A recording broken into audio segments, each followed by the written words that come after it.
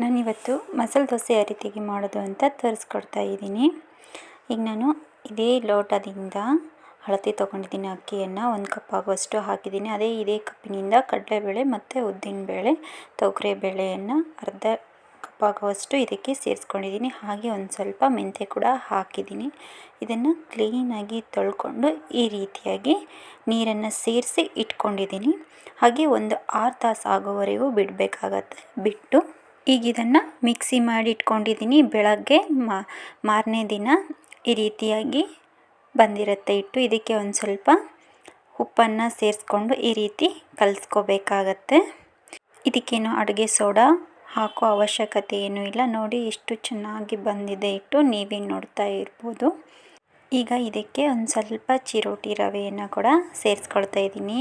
1 ಲೋಟದಲ್ಲಿ ಅರ್ಧ ಲೋಟ ಆಗುವಷ್ಟು ಹಾಕಿರೋದು. ಇದನ್ನು ಕೂಡ ಚೆನ್ನಾಗಿ ಕಲಿಸ್ಕೋಬೇಕಾಗತ್ತೆ ಈ ರೀತಿಯಾಗಿ. ಹಾಗೆ ಸ್ನೇಹಿತರೆ, ಇನ್ನೂ ಯಾರು ನನ್ನ ಚಾನಲ್ನ ಸಬ್ಸ್ಕ್ರೈಬ್ ಮಾಡ್ಕೊಂಡಿಲ್ವೋ ಪ್ಲೀಸ್ ಸಬ್ಸ್ಕ್ರೈಬ್ ಮಾಡಿಕೊಂಡು ಆಲ್ ಅಂತ ಬೆಲ್ ಬಟನನ್ನು ಕ್ಲಿಕ್ ಮಾಡಿಕೊಂಡು ನೋಡಿ.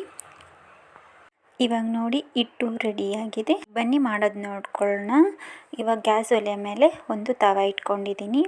ಈಗ ಅದಕ್ಕೆ ಒಂದು ಸ್ವಲ್ಪ ನೀರನ್ನು ಚಿಮ್ಮಿಸಿ ಈ ರೀತಿಯಾಗಿ ಹಿಟ್ಟನ್ನು ಹಾಕಿ ಈ ರೀತಿಯಾಗಿ ಶೇಪ್ ಮಾಡಬೇಕಾಗತ್ತೆ. ಎಷ್ಟು ಚೆನ್ನಾಗಿ ಬರುತ್ತೆ ಅಂತ ಅಂದರೆ ಅಷ್ಟು ಚೆನ್ನಾಗಿ ಬರುತ್ತೆ ಈ ದೋಸೆ. ನೋಡಿ ಈ ರೀತಿಯಾಗಿ ಮಾಡಬೇಕಾಗತ್ತೆ. ನಾನು ಇದಕ್ಕೆ ಒಂದು ಸ್ವಲ್ಪ ಎಣ್ಣೆಯನ್ನು ಕೂಡ ಹಾಕ್ತಾಯಿದ್ದೀನಿ. ತುಪ್ಪ ಕೂಡ ಹಾಕ್ಬೋದು. ಸ್ವಲ್ಪ ಧಾರಾಳವಾಗಿ ಈ ರೀತಿ ಎಣ್ಣೆ ಹಾಕಬೇಕಾಗತ್ತೆ. ನೋಡಿ ಇವಾಗ ಕಲರ್ ಬಿಟ್ಕೊಳ್ತಾ ಇದೆ ದೋಸೆ, ನೀವೇ ನೋಡ್ತಾ ಇರ್ಬೋದು. ಈ ರೀತಿ ಆಗಿದೆ. ಈಗ ಇದನ್ನು ತೆಗಿಯೋಣ ಅಂತ ಈ ರೀತಿಯಾಗಿ ನೋಡಿ ಸ್ನೇಹಿತರೆ, ಯಾವ ರೀತಿಯಾಗಿ ಬಂದಿದೆ ನೋಡಿ, ಎಷ್ಟು ಚೆನ್ನಾಗಿದೆ. ಹಾಗೆ ತಿನ್ನೋದಕ್ಕೂ ಕೂಡ ಅಷ್ಟೇ ರುಚಿಕರವಾಗಿರುತ್ತೆ. ನೀವೊಂದು ಸರಿ ಮನೆಯಲ್ಲಿ ಟ್ರೈ ಮಾಡಿ ನೋಡಿ.